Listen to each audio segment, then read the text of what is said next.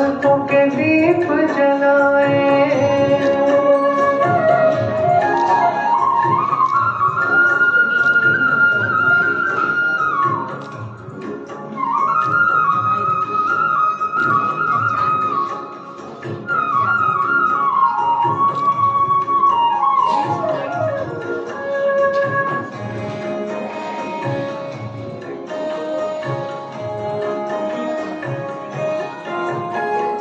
परिवर्तन है ये बेला,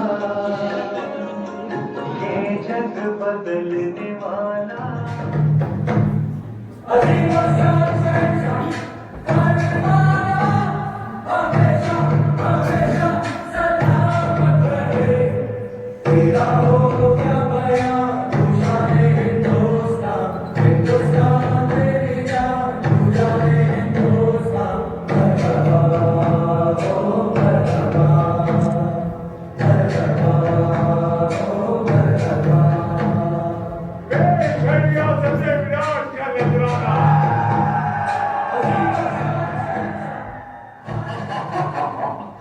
मैं हूँ महाबली विजयी, पहचाना मुझे?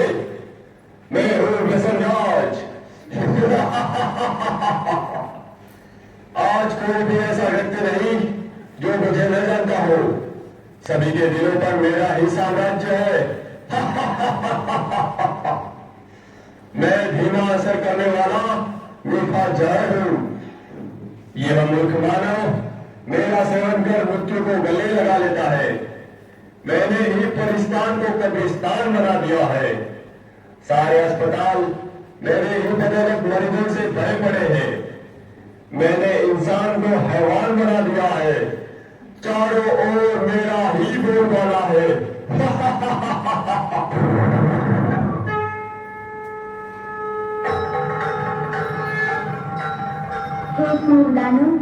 कमजोर मानव को अपने वश में करके तू घुमरा रहा है।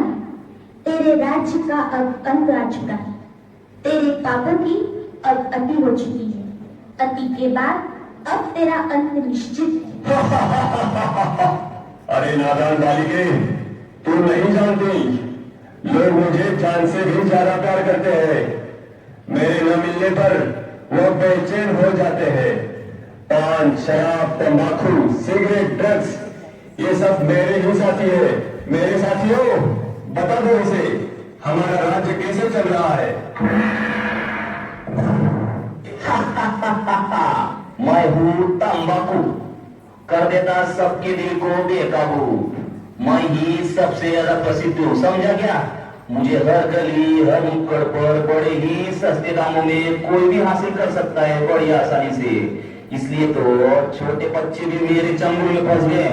ये दादा और सुनना, मैंने सभी गालों को गलाकर जबड़ों को ऐसा चीर कर रख दिया है जो मानव अपने मुख में अन्न का निवाला भी नहीं डाल पाते। जानते हो क्या सभी, मुझसे होने वाली मृत्यु की संख्या के कारण आज सारे विश्व में भारत का नाम तीसरे स्थान पर है। जवानों के चेहरों की रौनक बुढ़े बोल रहे मैंने, तेरे मुल्क क्या मर रहे हैं अपने लिए।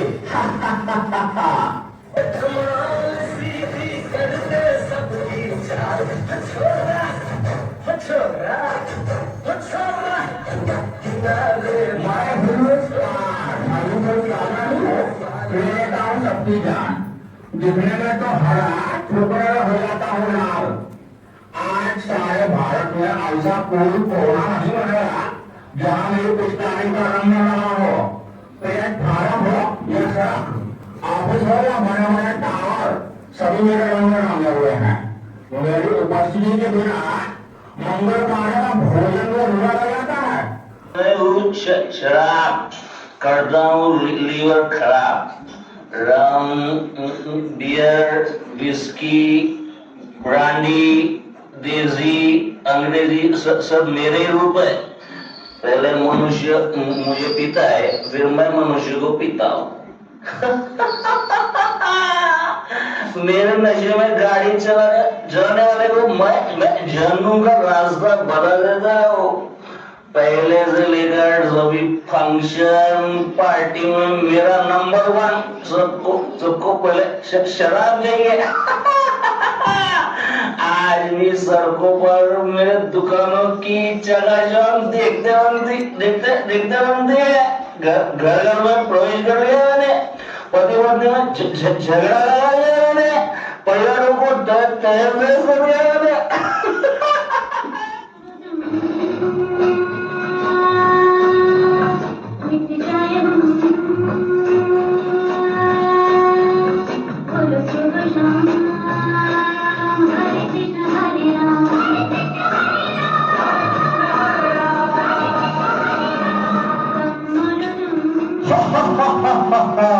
मैं हूँ ड्रग्स, कर देता हूँ इंसानों को बेबस। हीरोइन, ब्राउन शुगर, ये मेरे ही नाम है। कोई भी स्कूल कॉलेज मुझसे अछूता नहीं है। मैं सभी जगह गुप्त रूप में व्याप्त हूँ। इंसान मुझे पाकर भी तड़पता है और न पाने पर भी तड़पता है। मुझे प्राप्त करने अच्छे इंसान चोरी लूटमार करने से भी नहीं हिचकिचाते। मैं भी हूँ जिसने कई करोड़पति विद्वानों को रोडपति नोटपति बना दिया है।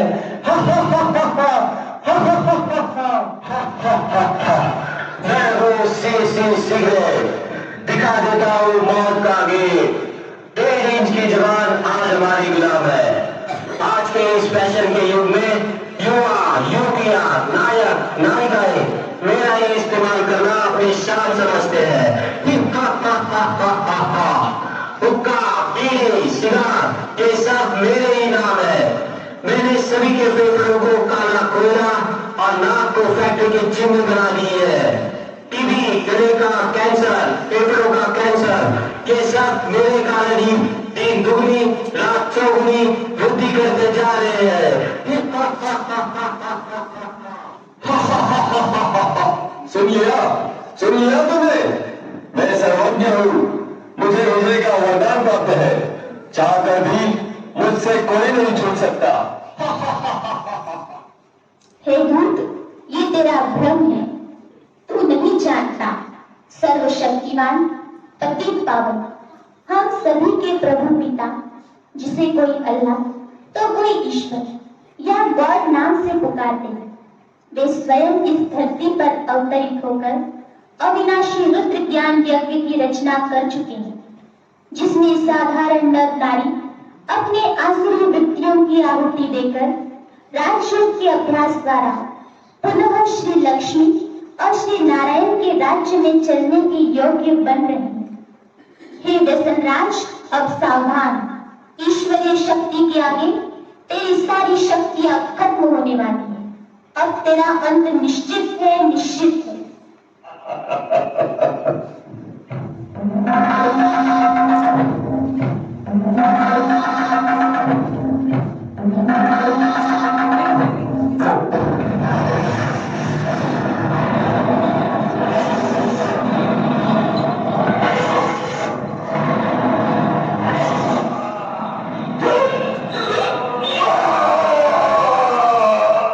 हे मानव, तुम क्या सोच रही हो?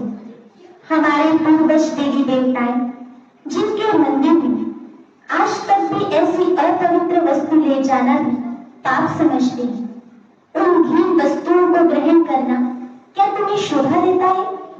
सारे जगत में बुद्धिमान गिने जाने वाले मानव, क्या यही तेरी बुद्धिमानी है? क्या तू नहीं जानता कि यह जहर कई परिवारों को उद्ध्वस्त कर चुका है, कईयों को अनाथ विधवा बनाने का कारण बना है? क्या इनसे होने वाली बीमारियों का इलाज करने के लिए तुम्हारे पास पर्याप्त धन है?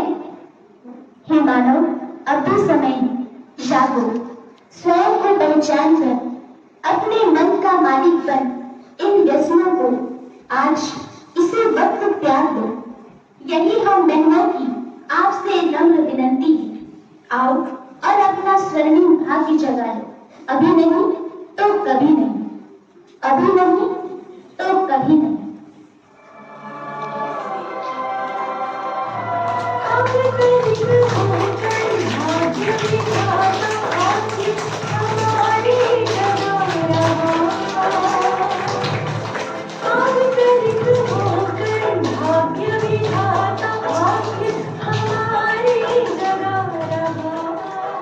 आज के दिन हम उस कृपालु दयालु परमात्मा पिता की ओर देखते हैं तो परमात्मा कितना दयालु कृपालु है। हम सभी मनुष्य आत्माओं को उन्होंने एक फ्री में बहुत सुंदर गिफ्ट दी हुई है, उपहार दिया हुआ है। वो उपहार है ये अमूल्य शरीर। तो ये शरीर, इसके बिना आत्मा कुछ भी कार्य नहीं कर सकती है। शरीर के द्वारा हर क्रियाकलाप आत्मा का होता है संपन्न। लेकिन ये इतना अमूल्य है शरीर का, शरीर रूपी मोटर का ये गाड़ी इतनी अमूल्य है। आप समझ सकते हैं कि अगर हार्ट का एक नस ब्लॉक हो जाती है तो उसके ऑपरेशन में 5-6 लाख खर्च हो जाते हैं, और अगर गुर्दा चेंज करना रहे तो 25-30 लाख से कम खर्चा नहीं आता है। और कुछ नसें ऐसी भी हैं, नस नाड़ियाँ, जिनका उपचार ही नहीं हो सकता है। तो आप समझ सकते हैं कि ये शरीर कितना ही वैल्यूबल है। परंतु ये याद रखने की बात है कि ये ईश्वर की ओर से हम सभी को अनुपम उपहार मिला हुआ है। हम क्या करते हैं उसको, उपहार को लेकर? एक सोचने की बात है कि उस परमात्मा को हम थैंक्स अदा करें, शुक्रिया अदा करें। वो तो नहीं करते हैं, परंतु उसके बजाय इस मोटर कार में क्या क्या चीज़ें डालते रहते हैं, तंबाकू, बीड़ी, सिगरेट, शराब, ये सब खराब चीज़ें उसमें डालते रहते हैं। आप ये भी बात गौर करके देखिए और सोचिए, अगर हम 5-7 लाख की गाड़ी खरीदते हैं, कार खरीदते हैं, कितना उसका साफ सुथरा रखने का ध्यान रखते हैं, और उसको पेट्रोल पंप में ले जाकर उससे पेट्रोल भी डालते हैं। पेट्रोल की जगह डीजल ही डाल लेते हैं। क्यों? पता है इससे तो गाड़ी खराब हो जाएगी, इंजन खराब हो जाएगा। परंतु ये जो शरीर रूपी गाड़ी है, इसमें हम क्या डाल देते हैं? इसमें जो चीज़ ना डालने वाली चीज़ें, पूरा कचरा जिसको कहते हैं, हमने इस शरीर रूप कार को कचरे का डिब्बा बना लिया है। जो पाया सब कुछ डाल देते हैं। यही जो निषेध है, अपवित्र है और हानिकारक है, उन चीज़ों का एक डिब्बा बना दिया है। चलते फिरते कर लेते। क्या कभी मंदिर में ये सब कुछ मांस, मदिरा और बीड़ी, सिगरेट, तंबाकू कभी भोग लगाया है देवी देवता? नहीं। तो फिर ये आत्मा को, इस शरीर में ऐसा अशुद्ध भोजन क्यों डालते हैं? इसका कितना ध्यान रखना चाहिए। और फिर आज के समय में गौर करके देखेंगे क्या हो रहा है। जो व्यसन के व्यक्ति है, व्यसन करने वाले, उसमें 11-15 साल के बच्चे भी प्रतिदिन शामिल हो रहे हैं व्यसनी बनने में। कितने आश्चर्य की बात है। उनका जिम्मेवार कौन है? हम ये सोचते हैं कि नहीं सोचते कि ये बच्चे किसके बच्चे हैं? ये हमारे ही बच्चे हैं। बेटा बेटी, भाई बहन, जो कुछ भी है वो हमारे हैं। तो हमारा भी उनके प्रति फर्ज है, जिम्मेदारी है उनको इन निषेध और अशुद्ध चीज़ों से दूर रखने का। तो परंतु होता क्या है, इन्हीं चीज़ों को बहुत सस्ते दाम में उपलब्ध करा दिया जाता है समाज की ओर से, जिससे और समाज का पतन होता चला आ रहा है।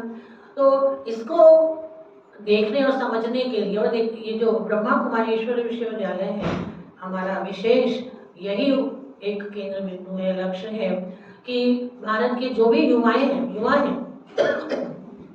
उनको इन व्यसनों से मुक्त करना, ये हमारा उद्देश्य। अधिक से अधिक, ज़्यादा से ज़्यादा करें। क्योंकि जैसे पोलियो मुक्त हमने किया, उसमें सफलता पाई, तो क्या व्यसन मुक्त समाज नहीं बना सकते हैं? तो व्यसन मुक्त समाज भी हम बना सकते हैं। संकल्प लें, ध्यान दें, अपनी जिम्मेवारी समझें, तो हम केवल व्यसन मुक्त ही नहीं इस भारत को बनाएंगे, लेकिन भारत को विश्व गुरु भी बना सकते हैं। अभी देखा जाता है कि आज व्यक्ति खुद का खुद ही बड़ा दुश्मन बन गया है। दोस्ती से कहें कि वो बड़ा दुश्मन है, अगर इतिहास में देखें दुश्मन कौन? कोई इतना बड़ा दुश्मन नहीं जितना मनुष्य अपना स्वयं बड़े से बड़ा दुश्मन। जैसे ही मुझे अपने प्राचार्य से ये संदेश प्राप्त हुआ कि आपको जाना है वहाँ, और मैं जाकर यहाँ से जो भी यहाँ का संदेश है अपने बच्चों को मॉर्निंग असेंबली में बताऊँगा। बहन जी ने जैसे बताया, ये शरीर जो है एक मंदिर है, इसमें आत्मा निवास करती है हमारी, और आत्मा परमात्मा का ही सूक्ष्म रूप है। तो इस ख्याल से हमारा शरीर जो है एक मंदिर है, और जिस तरह मंदिर में साफ सफाई रखते हैं, उस तरह अपने शरीर को भी साफ सुथरा रखना हमारा दायित्व बनता है। और मैम ने जैसे कि बताया, किसी भी बड़े सुधार के लिए सबसे पहला जरूरत होती है खुद में सुधारना। तो हम सभी पहले अपने आप को व्यवस्थित करेंगे, अपने आप को तैयार करेंगे और बुरे व्यसनों से दूर रखेंगे। और मैं मानता हूँ कि यह सिर्फ तंबाकू गुटखा ही नहीं है, विचारों से भी हमारी आत्मा मलिन होती है। तो विचारों की शुद्धता भी बहुत जरूरी है, क्योंकि वो भी बहुत टॉक्सिक होती है। हमारे शब्द यदि किसी को हर्ट करते हैं, दुख पहुँचाते हैं, तो यह भी बहुत नुकसान करता है समाज का। तो हमें सबसे पहले अपने अंदर मन, कर्म और वचन से परिवर्तन लाना चाहिए, सकारात्मक। और हम जब खुद सुधरेंगे तो परिवार सुधरेगा, और उसके बाद समाज सुधरेगा, हमारा गांव, हमारा राज्य, हमारा जिला, हमारा देश, राष्ट्र। एक मनुष्य जब बड़ा होता है तो वो एक ही एम के साथ बड़ा होता है। उसके जीवन में एक ही लक्ष्य होता है कि बहुत सारे पैसे कमाए। पैसे क्यों कमाए? ताकि वो पावरफुल हो जाए। और वो एक ऐसा पावर जो आपको खुद को नष्ट करने में आप पर हावी हो जा रहा है, ऐसे पैसों की क्या जरूरत है? ऐसा समाज, ऐसा उन्नति, ऐसा सेलिब्रेशन जहां पे हम लोग ही ना जिंदा हो उसे सेलिब्रेट करने के लिए, where there are no survivors to celebrate that victory, वैसी जीत किस काम की? किसी काम की नहीं है। बोतल में क्या है? बोतल में उस मां की अनगिनत आंसुएं हैं। बोतल में उन स्त्रियों की टूटती हुई चूड़ियों की खनखनाहट है, झंकार है। बोतल में बच्चों के स्कूल के फीस का कर्ज है। यदि मनुष्य इस चीज को समझ जाएगा तो मेरा दावा है कि उस बोतल को वो कभी नहीं छुएगा। हमें ये पहले सोचने की जरूरत है कि मैं क्यों पी रहा हूं, या मैं क्यों पी रही हूं, या नशे के लत में हूं। उस वजह को ढूंढने की जरूरत है। दीदी के इतने अच्छे विचारों को सुनी हूँ और मैं भी सहमत हूँ इन चीज़ों से। लोगों को अपने बारे में सबसे पहले सोचना चाहिए। अपने आप को सही रखेंगे तो हमको देखकर हमारे आगे वाली पीढ़ी भी इन चीज़ों को ज़्यादा समझकर आगे बढ़ेंगे। अगर हम खुद को ही नहीं समझा पा रहे हैं और हम लोगों के बीच चाहे जितना भी कुछ बोल दे, जब तक अपने आप को सबसे पहले उस जगह पे नहीं रखेंगे तो ये सब व्यर्थ हो जाता है। तो हर एक इंसान अगर सिर्फ ये दायित्व ले ले कि अपने आप को कम से कम इन चीज़ों से दूर रख पाएंगे, तो यही शिक्षा हम फिर बच्चों में दे सकते हैं और समाज का कल्याण भी। हमारा कल्याण सबसे पहले है, उसके बाद समाज का भी कल्याण है। मुक्ति की प्रतिज्ञा है। मैं शपथ लेती हूँ अपने जीवन में कभी भी किसी भी परिस्थिति में किसी के भी दबाव में आकर नहीं करूँगी। अपने परिवार, मित्रों और समाज को इससे बचाने का भरपूर प्रयास करूंगी। भारत सरकार के नशे से संबंधित सभी कानूनों का पालन करूंगी। अपना पर्यावरण स्वच्छ और नशा मुक्त रखूंगी।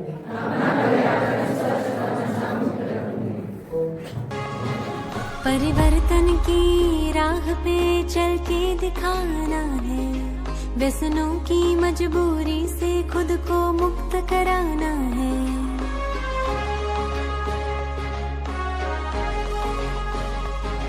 परिवर्तन की राह पे चल के दिखाना है, व्यसनों की मजबूरी से खुद को मुक्त कराना